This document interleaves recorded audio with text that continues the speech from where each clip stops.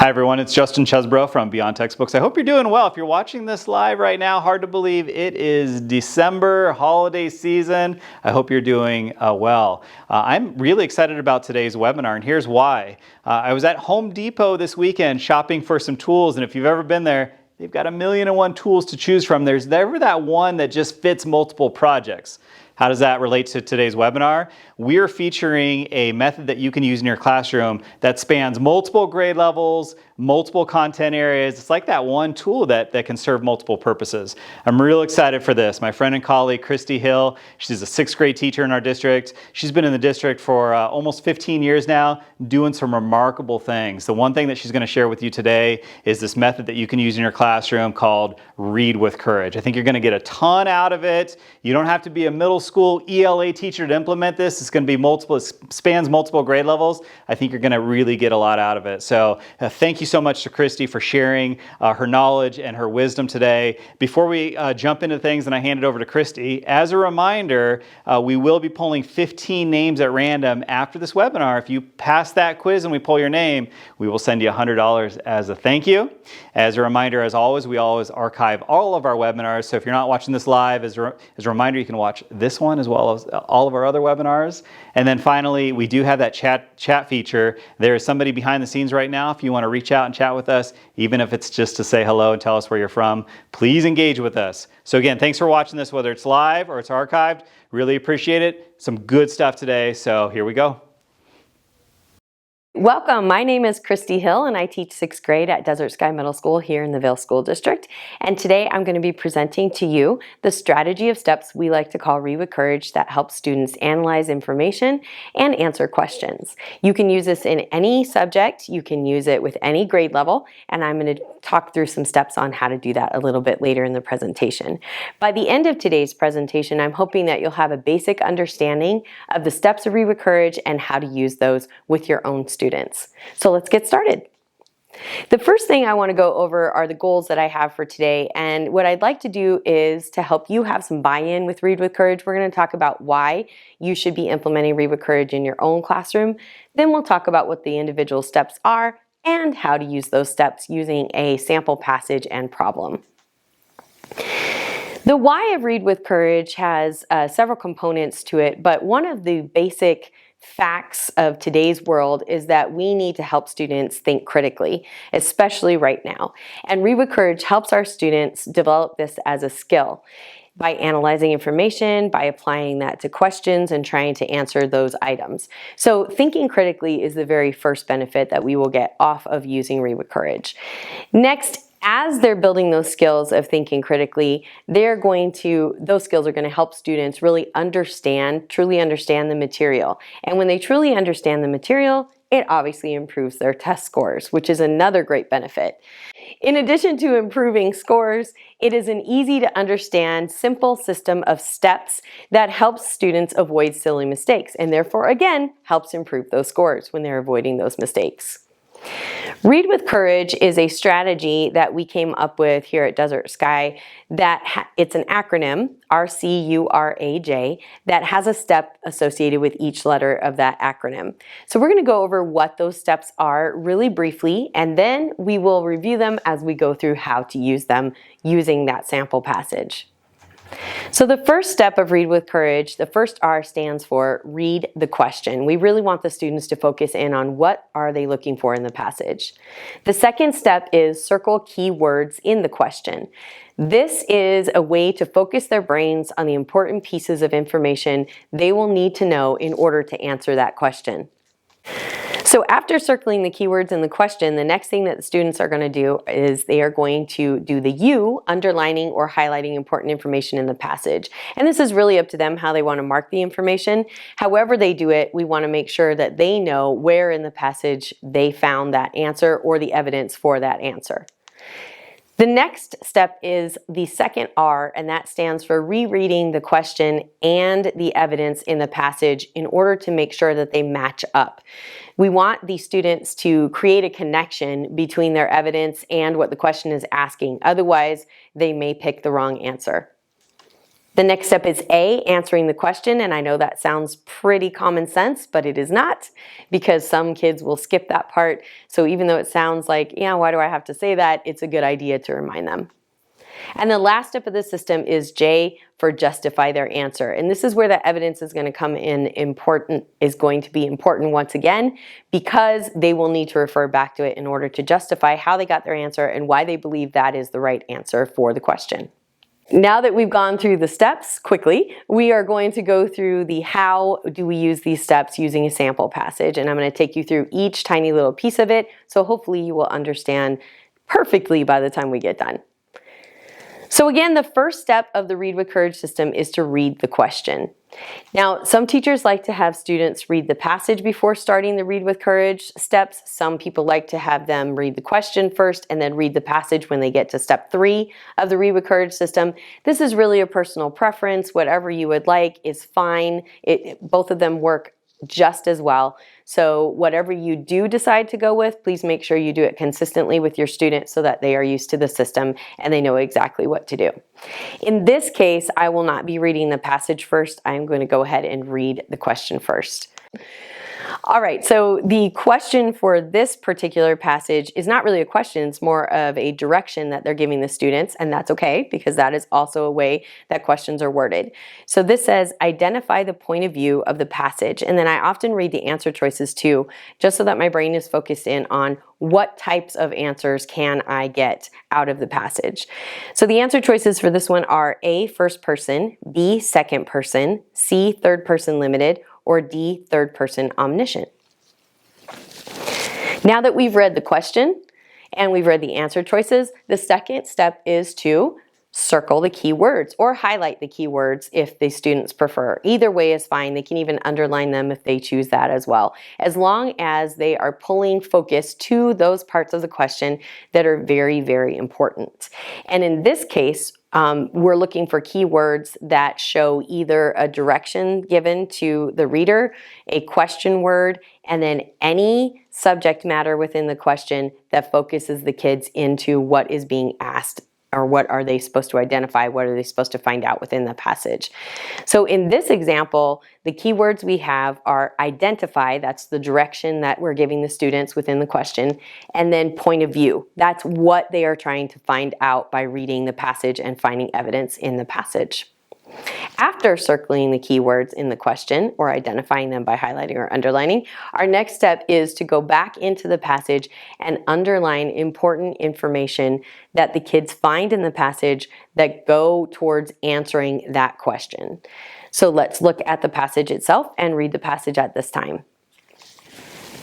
The passage states, lastly, look to nature to help enhance your little pocket of heaven. Tree trunks can be used for benches or raised garden walls. Branches and sticks can be used for trellises, arches, or even plant supports for those delicious bean vines you've been dreaming about. All right, now that we've looked at the passage, we need to figure out what types of words we are looking for, what types of phrases we're looking for that will help us answer that question. And again, I can look right back at the question to remind myself as a student what I'm looking for. And the keywords or the key phrases that we've circled are identify and point of view. So I know from my teacher that I need to look for any pronouns that show who the narrator is in this particular passage. So I'm going to go through the passage now and mark those. First, I'm going to mark look, because that is a direction given to the reader. So it's the narrator talking directly to the reader. They want the reader to look to nature. The next one I find is your little pocket of heaven. That again is the narrator talking directly to the reader. The last one that I found is you've, as again, the narrator is talking to the reader. So now I have 3 pieces of evidence from the passage that help me answer what type of point of view it is. This is a great way to check for understanding with your students, because with all of these steps of Read with Courage, you can tell exactly where misunderstandings are happening when the student is trying to do an objective. All right, now that we've found our evidence in the passage, our next step is going to be to look for, or to reread the evidence we found in the passage and the keywords from the question. So when I say reread the question and answer, I'm not talking about rereading the whole passage. I'm not talking about rereading all of the question. You just want the students to look at the keywords they found within the passage and the keywords they found within the question and make sure that they match up, that they are going to help that student answer the question. So I'm going to reread those words, look, your, and you've. Those all show how the narrator is talking directly to the reader. And then I'm going to read the keywords in the question, identify, point of view. Yes, they match. Yes, those keywords are going to help me answer that question. So we go on to our next step, which is A, answer the question. And again, this seems obvious, but some students skip it. They don't remember to mark their answer. So this is a great way to check and make sure that your students are going through all the steps of Read with Courage with fidelity. And in this case, I'm going to mark B as my answer choice, second person, because I know as a student that second person, my teacher has told me, is signified by the narrator talking directly to the reader, which I see through look, your, and you've. So let's mark second person and go on to the next step of Read with Courage, which is my personal favorite and I think the absolute most important piece, and that is J, justify your answer. The students are going to have a lot of questions about justification. So as you're training them on how to do this, you'll get kind of a feel for how you want certain questions justified versus other questions. And depending on your grade level and subject, we'll go through some examples of how justifications can look depending on what grade level you're teaching, depending on what subject you're teaching, and also what level the individual students are at, because you can adjust justifications based on their individual levels. In this case, I'm going to basically write out what I explained already. So my justification is going to be second person equals your and you've, and then I'm also even going to add look, which is a direction given by the narrator to the reader. And I write that to the side. So I have students write their justifications to the side of their answer. They don't need to write a book. This is not the point of Read with Courage. It's not to give them extra writing or extra stress. It's to get them focused in on how they know, how they can prove that they know the answer to that question. So now that we've seen one example of a justification and we've gone through an example of each one of the steps of Read with Courage, let me quickly go through some areas that you might adjust as needed depending on grade level and subject area. In this case, I'm going to stick with ELA for the first couple of examples. But let's say that your students are struggling to explain how they know that the right answer is right, and they would rather explain how the wrong answers are incorrect. That's another way to justify. They can use a simple explanation, and they can explain how each of the other answers they're not choosing is incorrect. Because sometimes it is hard to put into words how you know the meaning of this word without using the other choices to eliminate them. We all know process of elimination is a valid way to find an answer. This is the way they justify a process of elimination. I'm only gonna show you an example for the first answer due to time and space.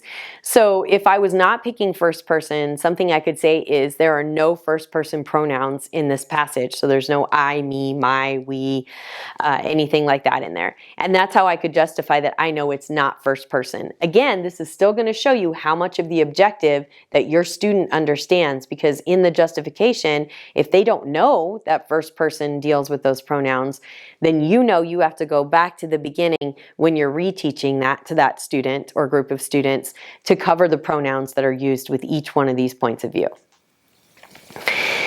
For younger students, you may not want them to write at all. It's going to be harder for first grade or second grade, especially when they're learning all their letters and how to form those sentences, that they write a little larger, as we all know, and there might not be space for them to justify. So instead of having them justify to the right or to the left of the answer choice they found, you can have them label the evidence within the text to show where they found that question's answer. So in this case, I've put a 1 by look, a 1 by your, and a 1 by you've, because we're answering question number 1 and we're using that evidence to do it. That will also let you see if they understand the objective. And as I said before, Read with Courage can be used in all subject areas. It can be used with any grade level. It just depends on how you adjust that justification piece and how you adjust how they're searching for their evidence. If you want them to do something different, a little more complicated, a little more involved, or maybe something a little less involved, but it can be used with every subject and every grade level. And I wanted to talk about some examples on how you can do that.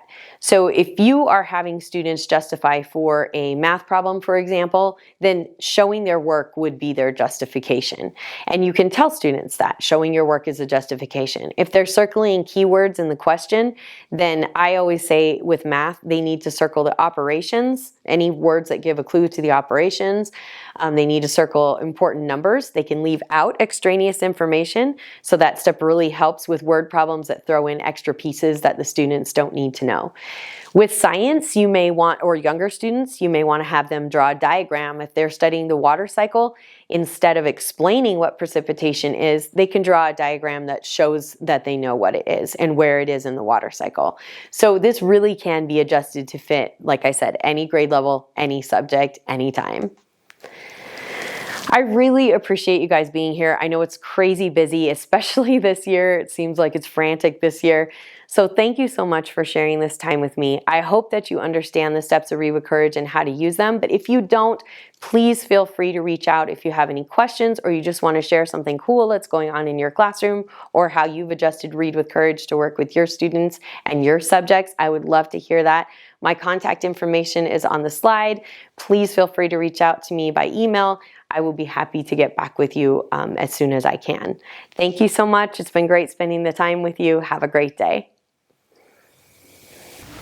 Hey, thanks again so much for watching. Really appreciate it. Kudos to Kristi, who did a great job sharing her wisdom and knowledge with Read with Courage. As a reminder, her contact info was part of that webinar. If you want to reach out to her, if you need to reach out to anybody on the BT team, feel free to at any time. As a reminder, don't forget to refresh your browser and that link will show up to take the quiz.